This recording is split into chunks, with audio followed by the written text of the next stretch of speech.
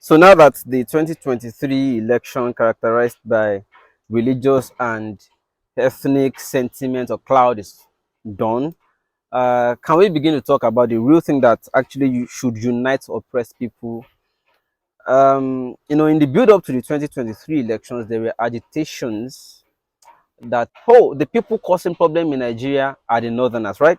At that time, Hausas were the problem. It was the tribe of the north that was the problem at the time. They say, oh, terrorists, the ones causing violence in the country, the ones, oh, Buhari is the. And then we asked questions. Was there ever a month your governor complained that the Buhari of the north, who is sitting in Aso Rock, refused to release allocation of your state or your senatorial district or your local government? Was there ever a time? So why do you make the northerner your problem? They refused to. Oh, this, oh, that. Okay, fine. The north was the problem before election. You said there will be no election, the country would divide. Okay, fine. Even before then, the only person who ever denied any state of allocation was a Yoruba man, Obasanjo, denying Lagos state allocations. Aboki never denied you. He was even the one reminding people, say, hey, governors are sitting on local government allocation, you must hold them responsible. And I still abuse them. Okay, fine. So before election, Hausa was the problem with Nigeria. That was the tribe, Abi. Hausa was the tribe of the north was the problem. Okay, so elections then came against what you initially told people election was not going to happen. Okay, so it came.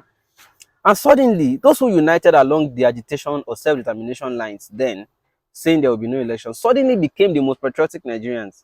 Hey, how funny.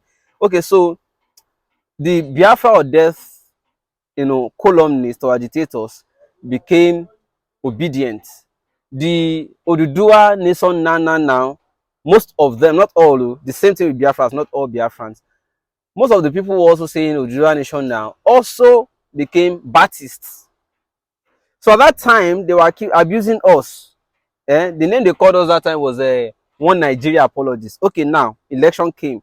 If you are not supporting BAT, you are normally Yoruba. If you are not supporting Obi, you are not patriotic, you are a bigot. Okay, fine.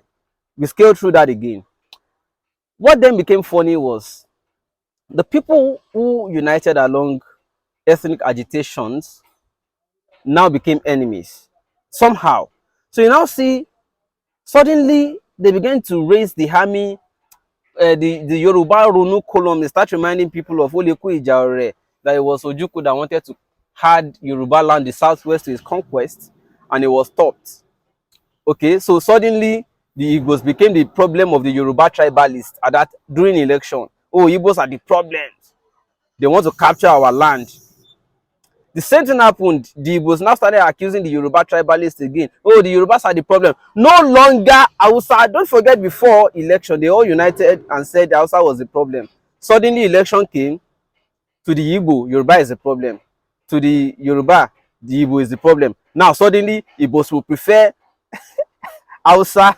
In fact, some even said it openly that they will prefer Atiku to have won than for Tinubu to have won the election. Igbos, the same thing Yorubas. Now saying Igbos are the problem of Nigeria, that Yorubas will even prefer to relate with Hausa than to relate with. Do you see where the issue is? So now that the elections are over, the election of tribe and religion, which tribe is the next problem of Nigeria now? This brings us to the point, guys. All oppressed people have one thing in common, and that is oppression. And until all oppressed people begin to unite along the line of oppression, refusing to allow ethnicity and religion to divide them, they will always lose. They will always be defeated. They will always be the victim. They will always be the casualties. We all agreed before now that the problem is the ruling class, right? Suddenly you allow them to use religion and ethnicity to divide it because of election. So don't forget, united we would have stood, but divided we fell because of ethnicity. Do not forget that these people do not have ethnicity, they do not have religion. Today they are in church, tomorrow they are in the shrine, the next, and you are clapping for all of them. But you choose one. You are fighting your co-oppressed. You are fighting your co-oppressed because it's not your tribe. Hey, all oppressed people have one thing in common, and it is only oppression, not tribe. that thing that unites us is actually our strength. Hmm? And that is our oppression. We should unite along that line. But they know how to take our strength from us by throwing at us the thing that takes our strength from us, that divides us, ethnicity and religion. The moment they throw these straws at us, we clutch at it. Oh, my tribe, you say, my religion. At the end of the day, God is not a Christian, God is not a Muslim. They're just deceiving all of us. So, guys, let's hold on to our strength. What unites us is that we are all oppressed people. Okay? Ethnicity will divide us, religiosity will divide us. If you hold on to your tribe, they will always be the victim. Because these people who are oppressing us do not have tribe, they do not have religion. You clap for them when they move from church to mosque to shrine. You say it's politics. They don't have religion. Now you oppress people now then they take and capture. They don't get religion, they don't get tribe. They are just a class of people. Our own class is the oppressed class. They are the ruling class, oppressive ruling class. That's what they are. But you clap for them when they move from church to mosque to shrine. You say, oh, it's politics, it's sabi play politics, mumu. So our strength is what unites us.